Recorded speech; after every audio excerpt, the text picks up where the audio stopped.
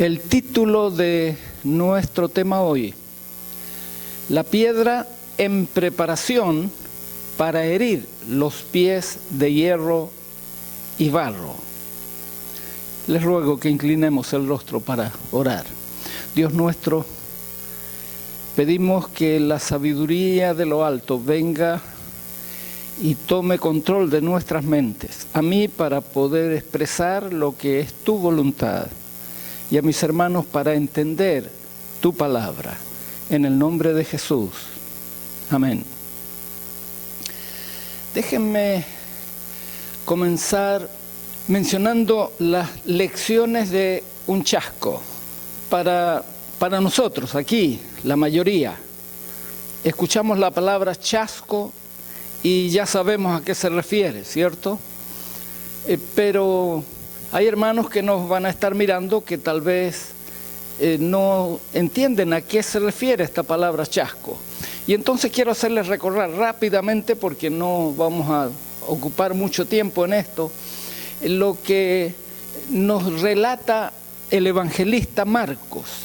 Marcos tiene un resumen al comienzo de la obra de Jesús.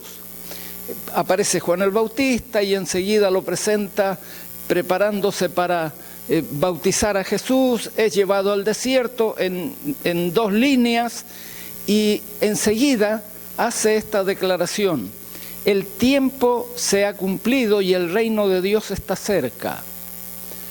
Arrepiéntete y cree en el Evangelio. Estoy recordando Marcos 1:15. ¿En qué profecía se estaba basando Jesús para decir el tiempo se ha cumplido? Yo sé, eso no estaba en la lección, pero pensemos un poquito. Nosotros aquí ya lo hemos estudiado, en las 70 semanas. Jesús estaba haciendo alusión a lo que aparece en Daniel capítulo 9. No vamos a entrar en más detalles allí, pero aquí había una profecía y el cumplimiento de esa profecía debía ser entendido para entender la llegada del Mesías. Los discípulos esperaban un reino diferente, ¿verdad que sí? Ustedes lo saben. Por eso cuando Jesús fue puesto en la cruz, ¿qué pasó en las expectativas que ellos tenían? Todas se fueron por el suelo. Y recuerdan el relato, los evangelistas nos cuentan incluso que iban 2 caminos de Emaús y se les puso un extraño a la par con ellos, y allí ese extraño les mostró en las Escrituras que todo lo que había pasado con el Jesús estaba ya registrado en las profecías, en la ley, dice, o sea, los 5 primeros libros de la Biblia, y en los profetas. ¿Por qué el pueblo de Dios, que tenía la Escritura, sufrió tremendo chasco? Una razón bien sencilla. Y yo quiero compartirles una cita de un libro que está en inglés, pero como ustedes son casi gringos ya, algunos hasta los ojos se les están poniendo verdes, ¿eh? Esta cita está en un libro que se llama From Here to Forever. Está, repito, en inglés. Sin embargo, ahora ya saben que se puede traducir con facilidad, ¿cierto? Y entonces aquí yo se las voy a poner en español. Allí dice: esta prueba enseñaría el peligro de aceptar las interpretaciones de los hombres en lugar de hacer de la Biblia su propio intérprete. ¿Qué les parece? ¿Están de acuerdo con lo que dice esta cita? Esta prueba enseñaría, tenía que ser una lección, pero no siempre nosotros miramos las lecciones del pasado. Tenía que ser una lección, recordar que la Biblia es su propio intérprete. Luego la cita termina diciendo, este párrafo por lo menos: los hijos de la fe serían conducidos a un estudio más detallado de la palabra, a examinar más cuidadosamente el fundamento de su fe y a rechazar cada punto, por más ampliamente aceptado por el mundo cristiano, que no estaba fundamentado en las Escrituras. Hay otro grupo cristiano que pasó también por un chasco, por haber descuidado esta lección. ¿Están de acuerdo con lo que digo? Creo que ustedes conocen, hay algunos tal vez que van a estar mirando que no saben de qué se trata, pero sigan atendiendo a estos estudios que estamos teniendo y van a encontrar la respuesta más adelante. Vamos al repaso de lo que ya hemos estudiado, vamos a ver cómo está. ¿Cuál es el tema central del libro de Daniel? Muchas gracias. ¿Qué significa la palabra Daniel? El juicio de Dios. Ese es el tema central. Algunos dicen, ¿es Cristo? Sí, tienen razón, toda la Biblia, el centro de toda la Biblia es Cristo. Así es que es lógico que lo encontremos en cada libro. Pero el libro de Daniel, recuerden el nombre, Dan y El. Dan significa juicio y la terminación El es una abreviación de Elohim, el nombre de Dios, el juicio de Dios. No debemos olvidar esto, especialmente aquí en este país, Estados Unidos. Hoy día se está viviendo un ambiente muy especial, yo diría histórico, así lo dicen por lo menos las noticias. Creo que todos están pendientes de un juicio político que se le está empezando a hacer al presidente de esta nación. No es algo que no tiene importancia, es algo importante y todos están pendientes. Ahora, para un juicio, ¿qué es lo más importante? Para ambas partes, presentar testigos que apoyen su presentación. ¿Les parece? Y los testigos son importantes. Bueno, en el juicio de Dios también los testigos son importantes. Nosotros ya lo estudiamos, solo estoy repasando para que nuestros amigos que nos están mirando por primera vez puedan también entender lo que estamos hablando. En el capítulo 1 vimos que en el versículo 1 decía que el rey de Jerusalén había sido sitiado por el rey de Babilonia. Y el versículo 2, ¿recuerdan lo que nos decía? El Señor entregó en sus manos a Joacim, rey de Judá, y parte de los utensilios de la casa de Dios y los trajo a la tierra de Sinar, a la casa de su Dios, y colocó los utensilios en la casa del tesoro de su Dios. Esta acción que estaba ocurriendo en la historia era un juicio de Dios, ¿sí o no? ¿Verdad que sí? Ya lo estudiamos, los detalles. Dios de muchas maneras había llamado a su pueblo al arrepentimiento, su pueblo no hizo caso, finalmente Dios permitió, aquí dice el Señor entregó a su pueblo en manos de un rey pagano. La pregunta es, ¿por qué Dios permitió esta crisis a su pueblo? ¿Tienen alguna idea por qué Dios lo permitió? Bueno, yo les voy a dar mi idea. Si están de acuerdo conmigo, está bien, y si no, después lo discutimos. Muy bien. Lo que yo voy a decirles es lo siguiente. Él lo hizo para poder mostrar que Él puede hacer muchas cosas con su remanente fiel. El libro de Daniel nos va a mostrar eso. Y eso es lo que estudiamos ya en la lección pasada, por eso lo estoy resumiendo. ¿Qué dio Dios al remanente fiel? Todavía es repaso de la última lección. ¿Qué le dio Dios al remanente fiel? Que dijimos que esto es lo que Dios quiere dar al remanente del tiempo final. Es exactamente lo mismo. Para eso está como lección ahí atrás. ¿Recuerdan lo que Él les dio? En Daniel 1:17 estaba, aquí les ayudamos. Y estos 4 jóvenes, Dios les dio, ¿qué cosa? Conocimiento, inteligencia en toda letra y sabiduría, y además Daniel tuvo entendimiento en toda visión y sueño.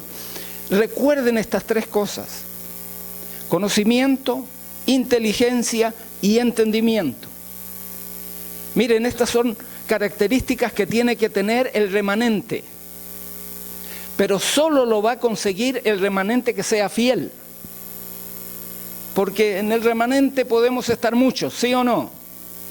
Sin embargo, Dios está esperando a un remanente fiel. En el juicio, Él va a mostrar como testigo al remanente fiel, que es lo que está haciendo aquí en este libro de Daniel. Y entonces, estos jóvenes, en poco tiempo, fueron mejor físicamente, fueron mejor mentalmente, fueron mejor espiritualmente. Este es el propósito que Dios tiene para su remanente. Y entonces, para esta semana, nosotros estudiamos el capítulo número 2. Y en el capítulo número 2, nosotros encontramos cuál es el propósito que Dios tiene, no solo para el remanente, sino para el mundo entero. Y también encontramos el propósito de Satanás. No sé si ustedes lo notaron, pero prestemos atención a lo que vamos a repasar o estudiar con algunos que no lo han hecho antes.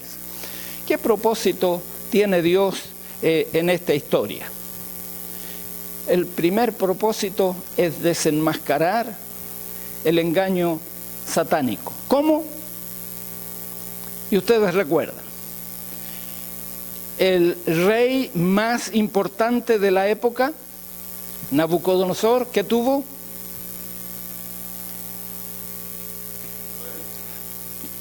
Ahí dice sueños.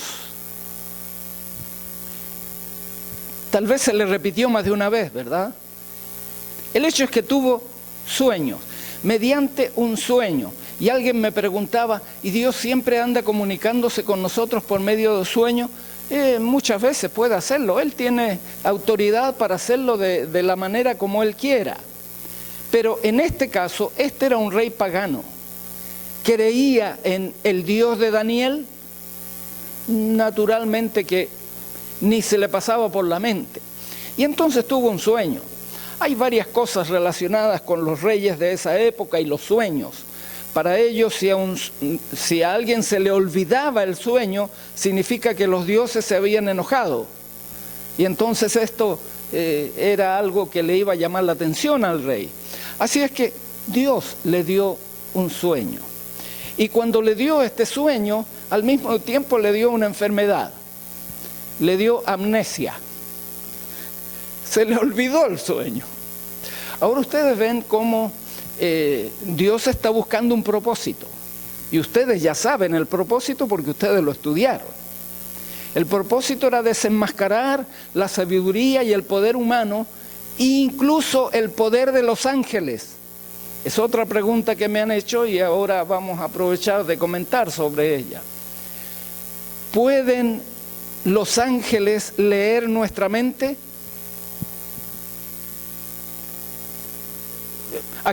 Aquí tenemos la respuesta.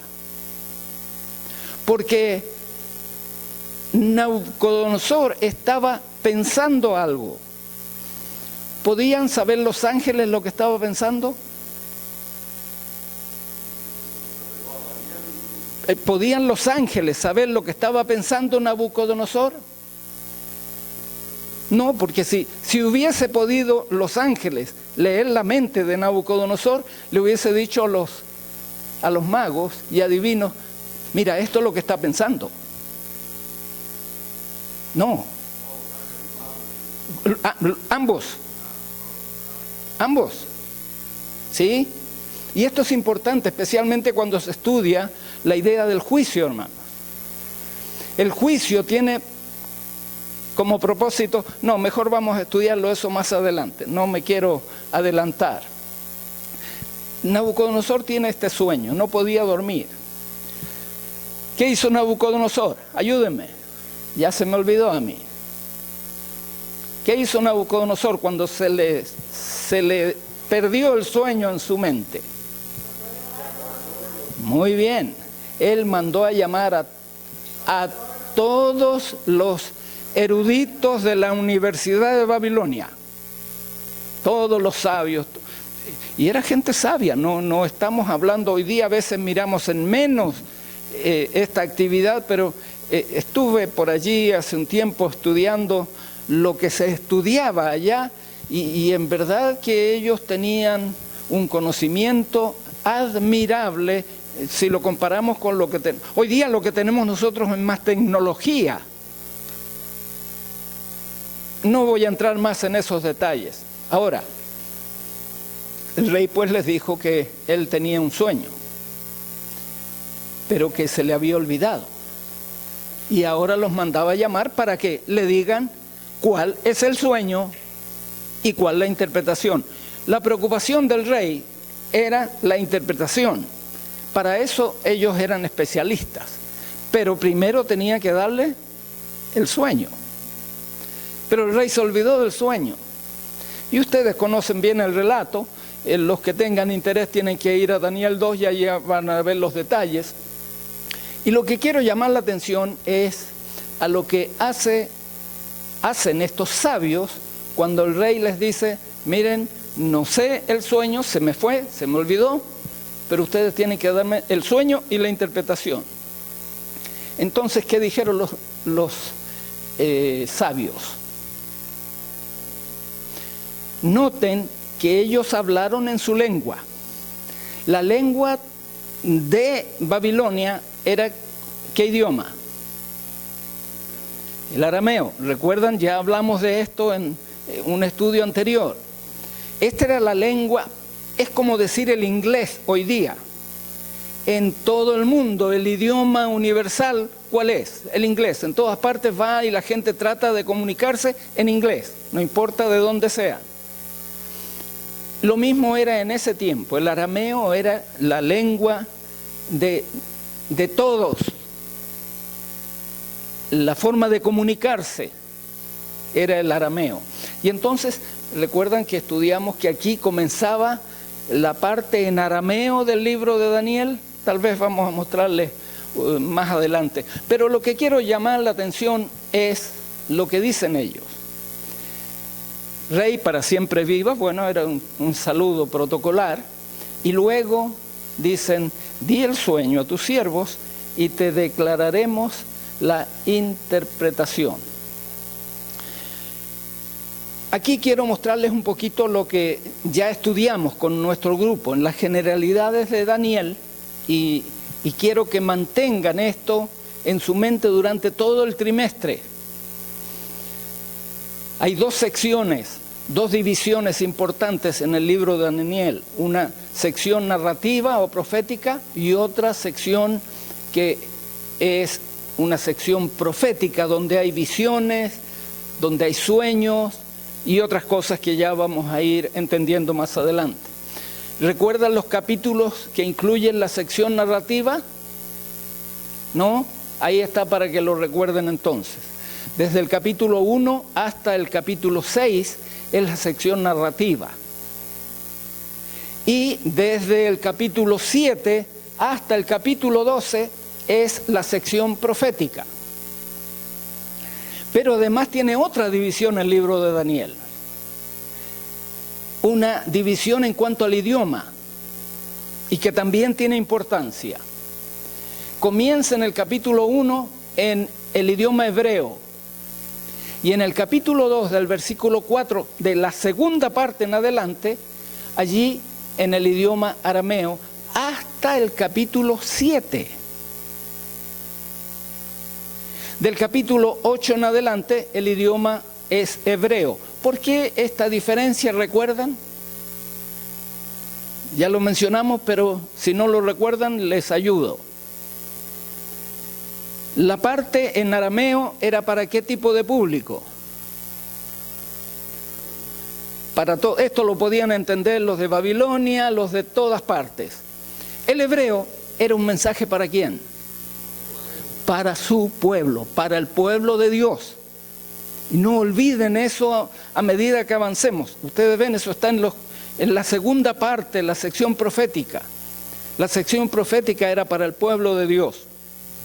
Dijimos que era importante el capítulo 7, porque el capítulo 7 estaba en ambas divisiones, haciendo como una bisagra. ¿Me entienden todos ese término?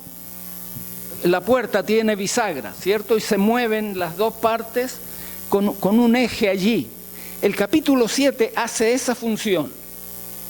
¿Por qué? Está en la sección profética, pero también está en la sección de idioma arameo.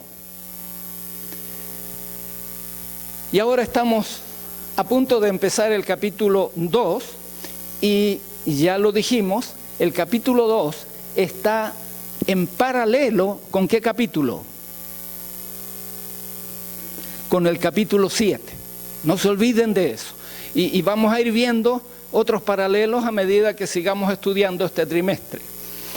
¿Por qué decimos eso? Para los que lo están viendo por primera vez. El capítulo 2 presenta un sueño. El capítulo 7, ¿qué presenta? Un sueño también. El capítulo 2 es el sueño de Nabucodonosor. El capítulo 7 es el sueño de Daniel. El capítulo 2 presenta 5 reinos presentados por la imagen. El capítulo 7 presenta animales ahora y también presenta reinos que al final se dividen, igual como se divide la imagen. Y finalmente el capítulo 2 termina con el reino de Dios. Y en el capítulo 7 también termina con el reino del Hijo del Hombre. Ustedes ven el paralelismo, ¿ya? Es importante que tengamos eso en mente al hacer nuestro estudio. 2 preguntas. ¿Cuál es el propósito de Dios? ¿Cuál es el propósito de Satanás? En el capítulo 2, que nosotros ya hemos estudiado.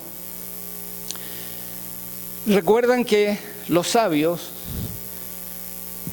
pidieron que el rey les diera el sueño, que les dijera el sueño. Y el rey dijo, me olvidé.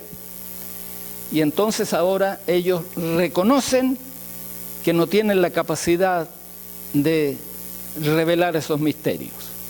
Y este era el propósito de Dios, desenmascarar a Satanás y a toda su ciencia y a todo el conocimiento que él tiene. El versículo 11, como decía, yo lo tengo aquí en una versión, la Biblia al día, donde dice, lo que el rey nos pide raya en lo imposible. Y luego declaran enfáticamente, nadie podrá revelárselo. Punto. La ciencia de ese tiempo declara, nadie podrá revelárselo. A no ser, hay una posibilidad todavía, a no ser los dioses. Ustedes saben que ellos tenían muchos dioses, pero el concepto, no voy a entrar en más detalles en el concepto, en la teología que tenían ellos. La teología de ellos era un poquito diferente a la que nosotros debiéramos tener y que la Biblia nos enseña. Para ellos, estos dioses, ¿qué dice? Ellos lo declaran. No viven entre nosotros. Les pregunto, ¿el Dios que ustedes creen vive entre nosotros? ¿Sí o no? Estuvo medio débil eso, ¿eh? Recuerden, desde el inicio, Dios quiere estar con nosotros. Aunque entramos en pecado, en rebelión, ¿recuerdan cuando llamó al pueblo de Israel? Éxodo capítulo 25, háganme un santuario. ¿Por qué? Porque yo quiero estar entre ustedes, yo quiero vivir con ustedes. ¿Se dan cuenta el concepto totalmente opuesto al de los babilonios? Babilonia tiene una teología diferente. totalmente diferente, pero Dios está tratando de mostrar quién es Él, cómo es Él, cuáles son sus propósitos. Tenemos que correr más rápido. La versión católica de Jerusalén dice, excepto los dioses, pero ellos no viven entre los seres de carne. Y entonces cuando ellos dijeron eso, ¿qué pasó con el rey? Les dijo, está bien, váyanse a su casa, descansen. Ah, no, ¿verdad? Dice el relato que en verdad ellos recibieron una mala noticia. En su ira,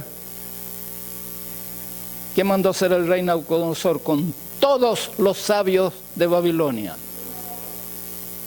Y aquí está el propósito de Satanás. A Satanás no le importan los aliados que él tiene. Si hay que matarlos, pues los mata. Pero su interés, ¿cuál era? ¿Lo descubrieron?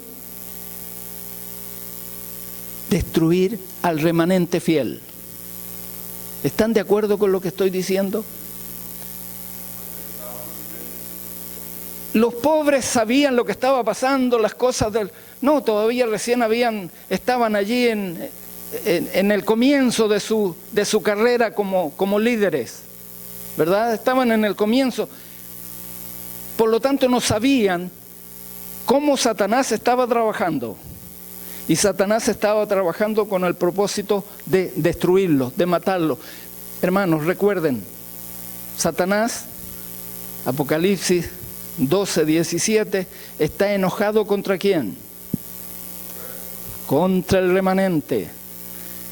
El remanente fiel, los que guardan los mandamientos de Dios y tienen el testimonio de Jesús, ¿cierto? El remanente fiel.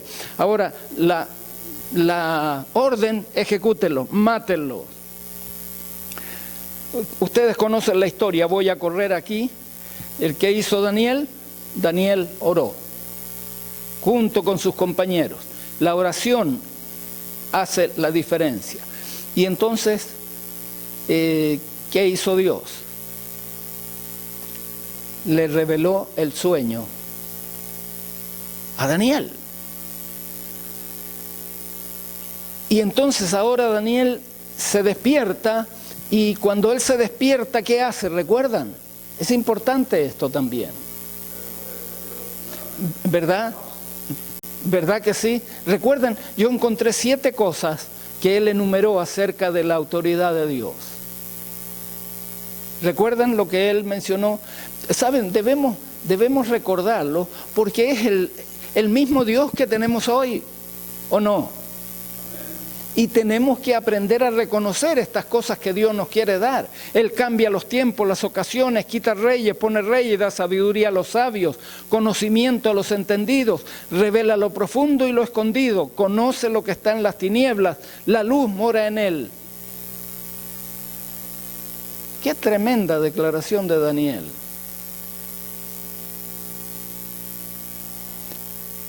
Volvamos a Daniel ahora en el siguiente momento. Recuerdan que pidió que le dieran plazo, él oró, tiene la revelación, ahora viene delante del rey. Y cuando viene delante del rey, ¿qué es lo que le dice? En el versículo 28 vamos a recordar. Hay un Dios en el cielo, el cual revela los misterios. Y él ha hecho saber al rey Nabucodonosor, ¿qué cosa? Muy bien. Lo que ha de acontecer en los postreros días. Noten, esto es importante, especialmente en nuestro tiempo, cuando recuerdan que hablamos de las escuelas de interpretación, hay algunos que dicen, no, esto se cumplió en el pasado, esto es del pasado. Hay otros que dicen que es del futuro, pero ahí estamos. No podía ser para el pasado. Tenía que ser para el futuro, porque esto es la revelación de Dios en lo que va a acontecer en los postreros días. Y entonces Daniel le dice a Nabucodonosor, mira, aquí te voy a dar mis títulos, el doctorado que yo saqué para poder dar esta interpretación. No tenía ningún doctorado, ¿cierto? Él reconoce que en mí no hay nada diferente que todos los demás. Pero a mí me reveló Dios este misterio, no porque yo sea más que los demás, sino porque Dios tiene un propósito. ¿Y cuál es el propósito? Dar a conocer la interpretación. Ese era el interés que tenía Nabucodonosor. Y además, para que entiendas los pensamientos de tu corazón. Y esto debemos recordarlo. ¿Quién es el único que conoce los pensamientos de nuestra mente? Dios. Dios.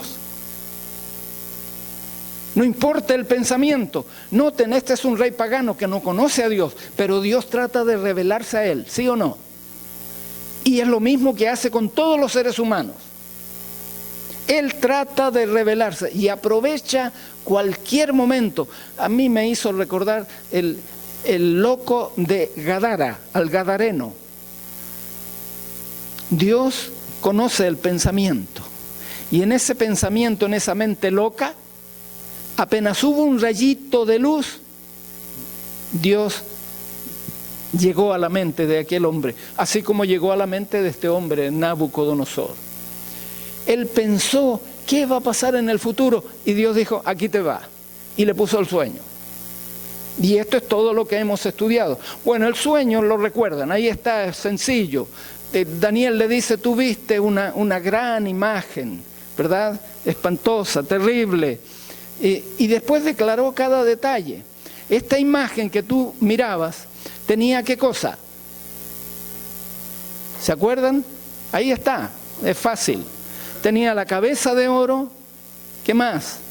Los pechos de plata y los brazos de plata, el vientre de bronce y las piernas de hierro y los pies, parte de hierro y barro cocido. Ahora, viste una piedra que fue cortada no con mano, que golpeó en los pies a la imagen y la desmenuzó. Y finalmente desmenuzó todos los demás metales y la piedra se hizo un gran monte. Yo me imaginé a Nabucodonosor.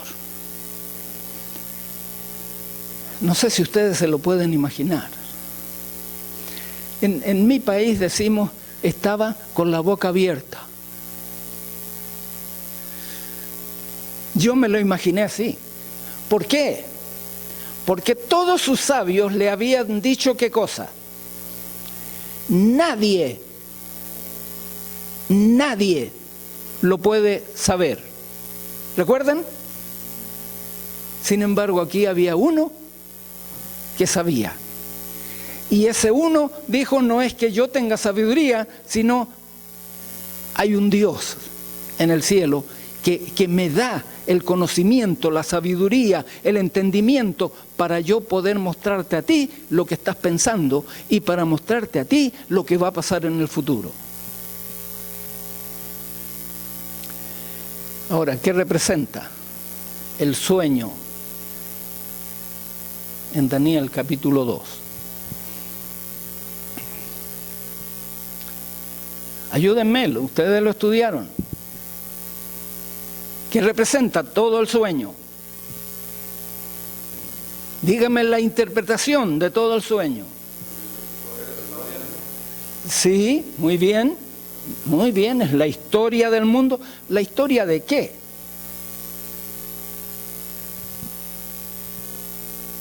¿Cómo lo llama en Daniel? La historia de los reinos del mundo. ¿Estamos de acuerdo? Más de una vez ustedes saben que el Señor me ha permitido andar recorriendo un poquito de este mundo y donde he ido, generalmente hablo acerca de esto porque me invitan a hablar de profecía. Y entonces una de las preguntas que me han hecho es, pero ¿y por qué no aparece en la Biblia la historia de China? Porque son potencias, ¿verdad? Son la historia de China, la historia de aquí, la historia de allá. ¿Cómo responderíamos? Porque ya esas potencias están dentro o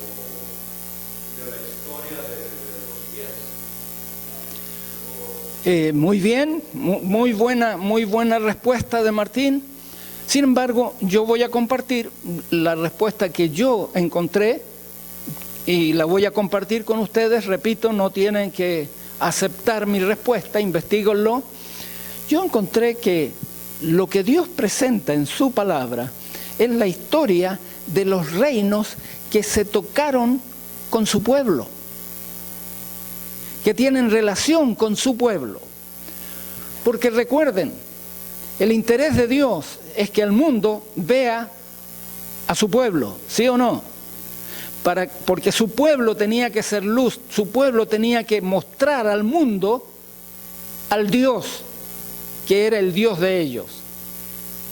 Ahora, aquí tenemos a todos los pueblos que tuvieron directa participación con el pueblo de Dios. Y alguno por allí me dijo, pero ahí no aparece Egipto.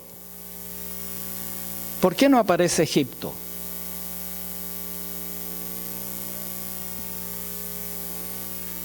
¿Pueden darse cuenta por qué no aparece Egipto?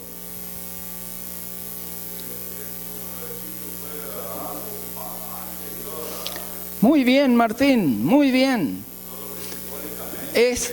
Egipto es pasado, y a Nabucodonosor, al rey de Babilonia, Dios le está mostrando ¿qué cosa? Le está mostrando el futuro, no le está mostrando el pasado, le está mostrando el futuro. Recordemos lo mismo cuando estudiemos el libro de Apocalipsis. Déjenme seguir, pero quiero dejar puestas esas anclas allí para que volvamos cuando estudiemos acerca de ese tema. Por lo tanto, ¿qué representa el sueño en Daniel 2? Los reinos de este mundo. Toda la historia de este mundo hasta la eternidad. ¿Están de acuerdo con lo que estoy diciendo? Claro que sí. ¿Por qué? Porque hay 5 reinos terrenales. ¿Están de acuerdo con lo que digo? 5 reinos terrenales y un reino que es eterno. Los reinos terrenales van en sucesión. Se levanta uno y derrota al otro, se levanta otro y derrota al que estaba, y así siguen sucediéndose hasta que el 6º reino es eterno. Y ustedes ya saben por qué, ¿verdad? Lo estudiamos esta semana. Ustedes ya saben por qué. Otra pregunta. ¿Qué representa la degradación del valor de los metales? ¿Se dieron cuenta? Empieza con el oro, plata, bronce, cada vez menos valor en cuanto al metal. Y finalmente termina con barro. ¿Por qué esa degradación del valor de los metales? Sí lo notaron, ¿verdad? También tiene su significado. Representa el deterioro de los reinos de la tierra en poder y en gloria. ¿Perdón? Muy bien. Y finalmente representa también el deterioro de la religión y la moral entre las personas de estos reinos. A medida que los reinos pierden su relación con Dios, la moral de los pueblos se va deteriorando, porque Dios no puede derramar sus bendiciones como Él quisiera.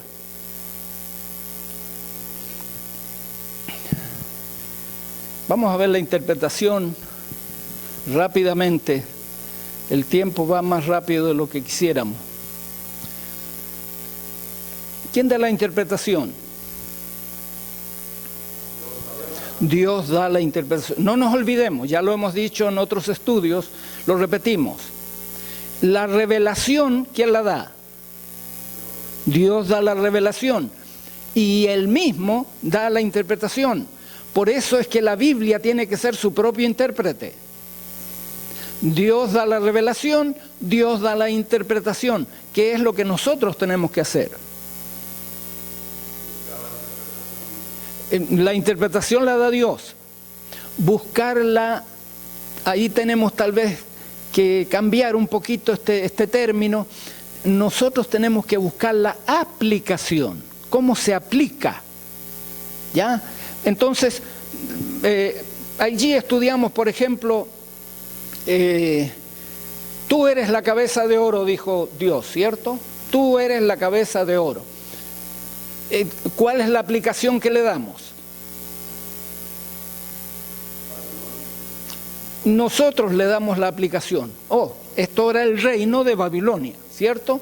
Y luego el versículo 39 decía, y después de ti se levantará otro reino inferior al tuyo.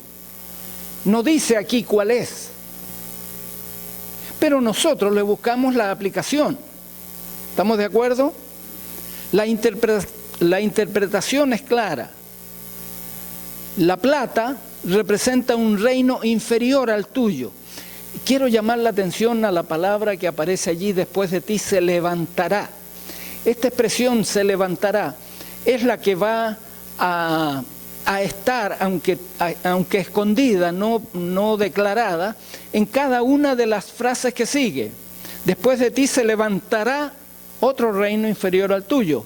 Y luego se levantará un tercer reino de bronce, el cual va a dominar sobre toda la tierra.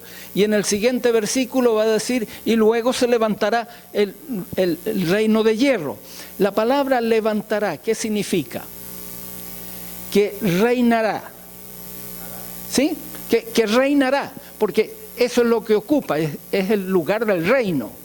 ¿Sí? Que implica, como muy bien menciona nuestro pastor, implica la conquista.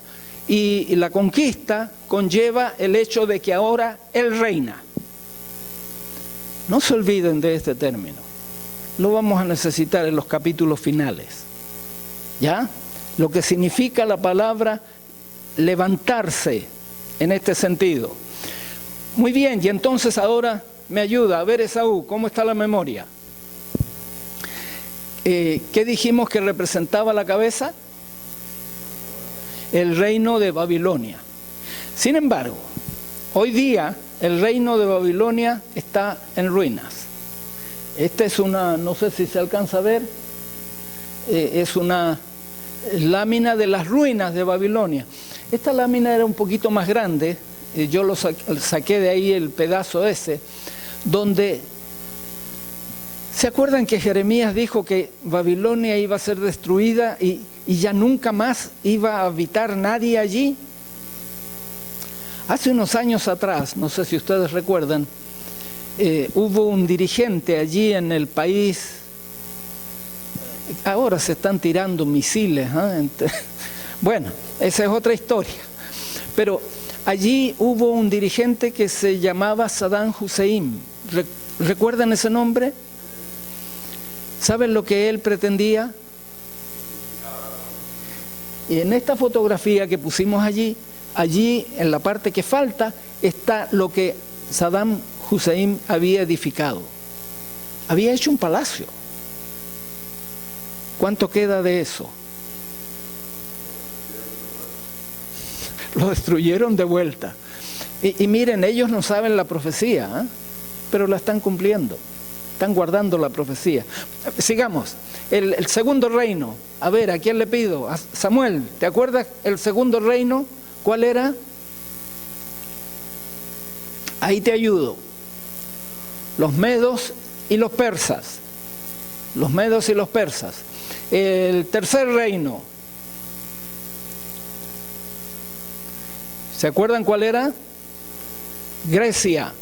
Y de todos los lugares solo quedan ruinas. Y el cuarto reino, ¿cuál era? Roma. Y de Roma, aunque la ciudad se ha modernizado, sin embargo todavía allí en Roma lo que queda son las ruinas. Y aquí entramos a un tema de debate, pero ya tenemos que terminar. ¿Qué representan los pies? No me digan que representan 10 reinos. Ya ustedes ya lo saben, pero hay muchos que todavía piensan que representa 10 reinos. No, aquí solamente dice que el hierro está mezclado con barro.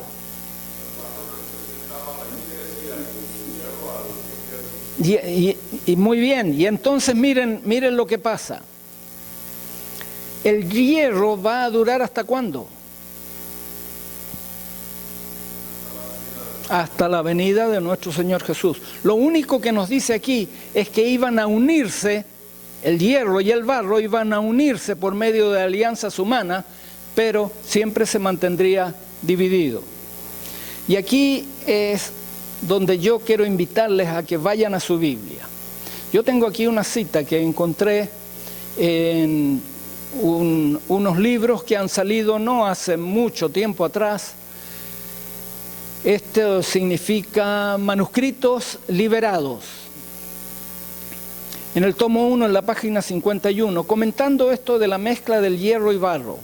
La mezcla de la iglesia hábil para engañar y el Estado está representada por el hierro y la arcilla. Esta unión está debilitando todo el poder de las iglesias. Este compromiso de la iglesia con el poder del Estado traerá malos resultados. Los hombres casi han pasado el límite de la paciencia de Dios. Allí tienen el manuscrito donde fue escrito y el año 1899, año en que fue escrito.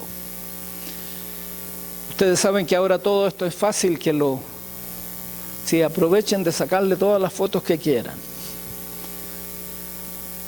Y entonces allí encontramos nosotros que no son 10 reinos, aquí no está hablando de 10 reinos, aquí solo está hablando de esta división entre hierro y barro. Que va a hablar de 10 reinos va a ser en el capítulo 7, porque tiene otro propósito y ya lo vamos a estudiar. Pero aquí está hablando de esta división y quiero que comparemos lo que dice la Biblia.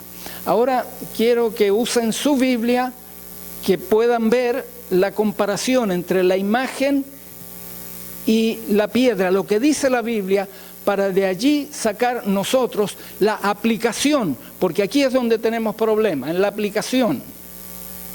Yo he escuchado a través de mi recorrido muchas aplicaciones. En la piedra no hay mucho problema. ¿Por qué? Ahí está bien clarito, esto es lo que dice la Biblia en Daniel 2:32. Ya lo hemos analizado. Pero ¿qué representa la piedra? Cuando yo pregunto qué representa la piedra, en muchos lugares me dicen representa a Cristo. ¿Y tienen razón o no? Sí, tienen razón. Pero representa a Cristo en otros contextos. Otros dicen representa la segunda venida. ¿Sí o no? Es una verdad a medias. Y ya van a ver por qué. Vamos a mirar lo que la Biblia dice, ¿sí? Ahí tienen ya abiertos sus Biblias. Daniel capítulo 2, versículo del 34 en adelante. Esto es lo que Daniel dijo. Este es el sueño que tuviste. Y miren ustedes la diferencia. Todo lo que dedicó a hablar de la imagen. Si notan, el espacio físico, ¿eh? Hablar de la imagen ocupó allí 7 líneas. Para hablar de la piedra, ¿cuántas líneas ocupa? Mucho más de 7. Prestemos atención. Estabas mirando hasta que una piedra fue cortada, no con mano, e hirió a la imagen en sus pies de hierro y de barro cocido y los desmenuzó. Y entonces fueron desmenuzados también el hierro, ¿cómo? Otra vez el hierro, ya lo había desmenuzado. El hierro, el barro cocido, el bronce, la plata y el oro, y fueron como tamo de las eras del verano, y se los llevó el viento sin que de ellos quedara rastro alguno. Mas la piedra que hirió la imagen fue hecha un gran monte que llenó toda la tierra. Toda esta declaración nosotros generalmente hemos aplicado en la segunda venida. Al mirar con cuidadito, nos damos cuenta que aquí no está hablando de un solo evento. Aquí está hablando de varias cosas. Primero, ¿cuál es lo primero que ustedes notan allí? Está hablando que una piedra fue cortada, no con mano. ¿Qué significa esta piedra que fue cortada, no con mano? Ya no tengo tiempo. Sí, la piedra significa el reino de Dios, correcto, 100% con ustedes. Pero ahora, ¿qué significa la piedra en el detalle que Dios da en la visión? Porque estos son detalles que Él los da y tenemos que entenderlos. Ya no tengo tiempo, así es que yo voy a decirlo. Después podemos estudiarlo con más calma. La piedra cortada representa el origen de la piedra, dónde se compone. En verdad esa palabra significa fue esculpida, como un escultor que está trabajándola, ¿no? La piedra fue cortada, fue esculpida. ¿Cuándo la piedra es cortada? ¿Antes de la venida de Jesús o en la venida de Jesús? Tiene que ser antes. Porque después, ¿cuál es el segundo evento en este proceso? Primero es cortada. Después va a herir la imagen en sus pies. ¿Se dan cuenta que hay un proceso? Primero es cortada, no con mano. Ya nos va a decir enseguida algo más sobre eso. Pero aquí primero es cortada, después hiere a la imagen en sus pies de hierro y barro y los desmenuza. Ya están desmenuzados. A mí me hace acordar lo que dice, ustedes conocen el texto perfectamente, 2 de Tesalonicenses capítulo 2. Allí declara lo que hace el hombre de pecado, ¿recuerdan? Y en una declaración en el versículo 8 dice, el cual será destruido por la venida de Jesús. ¿Recuerdan ese pasaje? Bueno, a esto se refiere. Jesús en la segunda venida viene a quitarles el dominio, viene a destruirlos, los desmenuza. Les pregunto, ¿Jesús toca la tierra? Ustedes saben que no. ¿Se forma el reino de Dios allí?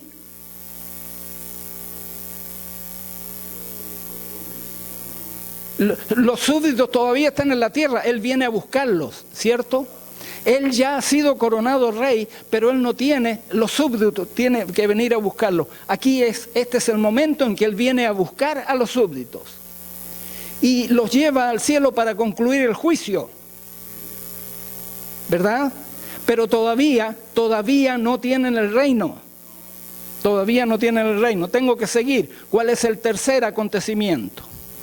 Cuando son desmenuzados también hierro y barro cocido. Déjenme llegar hasta allí. Noten que están puestos en orden diferente. Están de abajo hacia arriba. ¿Sí lo notan?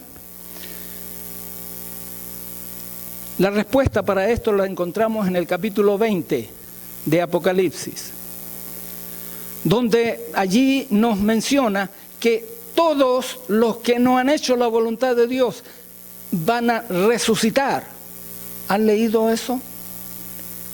Van a resucitar. ¿Y quiénes van a resucitar allí? El hierro, el barro, cada uno de los metales. ¿Estamos de acuerdo? Todos esos reyes que no aceptaron la autoridad de Dios van a resucitar allí. ¿Para qué? Para ser como el tamo de las eras de verano, que se los llevó el viento sin que de ellos quedara rastro alguno. ¿Sí lo pueden notar? Es un proceso. Comienza con la piedra cortada, sigue con la destrucción de los reinos terrenales. Hay un periodo en que se termina el juicio para poder dar el juicio final a el oro, la plata y todo aquello. Y ahora entonces viene la destrucción final. Y luego de la destrucción final, la piedra, ¿qué va a pasar? Viene ahora el rey, vienen los súbditos, viene la santa ciudad, la capital, y se instala en esta tierra que será donde estará el reino eterno de Dios. La piedra hirió a la imagen y fue hecho un gran monte que llenó toda la tierra. La imagen, ya vimos su interpretación, está allí, y luego en la interpretación que da Daniel, noten hablando sobre los pies. Si ustedes notan lo que está señalado allí con amarillo, allí está la interpretación que da Dios de los pies. No son 10 reinos. La interpretación será ¿cuánto? Un reino dividido. Esta no es mi interpretación, es la interpretación de Dios. Un reino dividido. Y luego habla de los dedos de los pies, pero no habla del número de los dedos, sino habla del hecho de que el reino será en parte fuerte y en parte débil.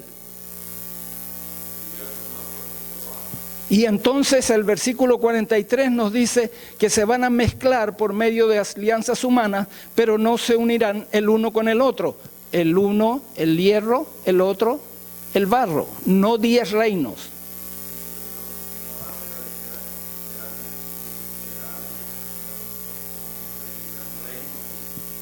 Muy bien. Ustedes ven, ustedes tienen su Biblia y ustedes lo confirman, ¿ya?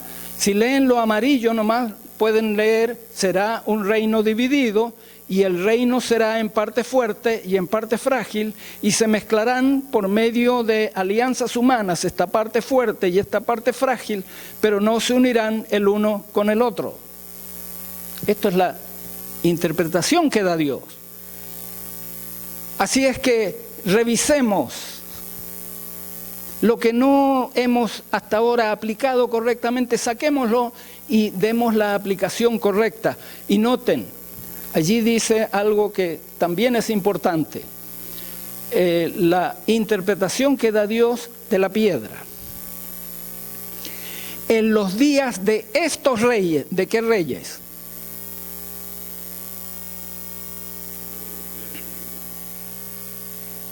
De estos reyes, de los pies. En los días de los pies de estos reyes, el Dios del cielo levantará un reino que no será jamás destruido. Y ese reino no será dejado a otro pueblo, desmenuzará, consumirá a todos estos reinos, pero él permanecerá para siempre. Los versículos fueron puestos en la Edad Media, no son inspirados. Aquí debería seguir el versículo 45. Deberíamos leer de corrido esto. Pero él permanecerá para siempre, de la manera que viste que del monte fue cortada una piedra, no con mano, la cual desmenuzó el hierro, el bronce, el barro, la plata y el oro. Noten que la piedra es cortada en el monte. ¿En qué monte? En el monte de Sión. Nosotros ya lo hemos estudiado aquí, ¿verdad? En el monte de Dios. Por lo tanto, tenemos que buscar en el cielo cómo se corta la piedra. ¿Y cómo se corta la piedra? Antes de la venida de Jesús. ¿Cuál es el tema del libro de Daniel? El juicio de Dios. Ahí está la respuesta. El cortar la piedra representa el juicio de Dios. Estudiemos, sigamos estudiando nuestra lección y cuando lleguemos al capítulo 7 vamos a confirmar esto que estoy diciendo ahora en este momento. Para Nabucodonosor, el hablar que del monte era cortado este reino, él lo entendió perfectamente. ¿Saben por qué? Porque en los años en que ellos vivían, los pueblos creían que los dioses estaban en los montes. ¿Recuerdan que Jesús llevó al pueblo de Israel? Jehová llevó al pueblo de Israel al monte de Sinaí y allí se mostró. ¿Por qué? Esa era una creencia, que el Dios estaba en el monte. Y Nabucodonosor entendió perfectamente lo que significaba la piedra. reconoció a Dios. ¿Cómo termina el capítulo 2? ¿Reconoció a Dios? No se apuren, van a tener que repasarlo otra vez. Yo les voy a decir, porque aquí termino. No reconoció a Dios. Lo que hizo fue halagar a Daniel. Se inclinó delante de Daniel, pero no se inclinó delante de Dios. Pero Dios todavía tiene misericordia. Vamos a seguir leyendo y estudiando los capítulos que vienen y allí vamos a encontrar las respuestas. Que Dios nos ayude a estudiar nuestra Biblia, hermanos. Porque en la Biblia vamos a encontrar las respuestas. Cuidémonos porque a veces tenemos tradiciones, entre nosotros tenemos tradiciones. Tenemos que ponerlas a un lado, investigar la Biblia y poner a un lado, aunque sean aceptadas, aunque esto es lo que la Biblia enseña. Esto es lo que la Biblia enseña. Que el Señor nos ayude a recibir iluminación de lo alto para entender su palabra en mi oración. Padre nuestro, gracias porque tú nos has acompañado. Si no he sido claro, Señor, en la presentación, te pido que me perdones. Pero he querido poner en la mente de mis hermanos estos pensamientos para que los estudien, para que los investiguen y que tú muestres, oh Dios, la importancia de tu juicio, que quería que los conociéramos desde el capítulo 2, aunque no está presentado en detalle. Bendice a tu iglesia, bendice al remanente donde quiera que esté, en el nombre de Jesús. Amén.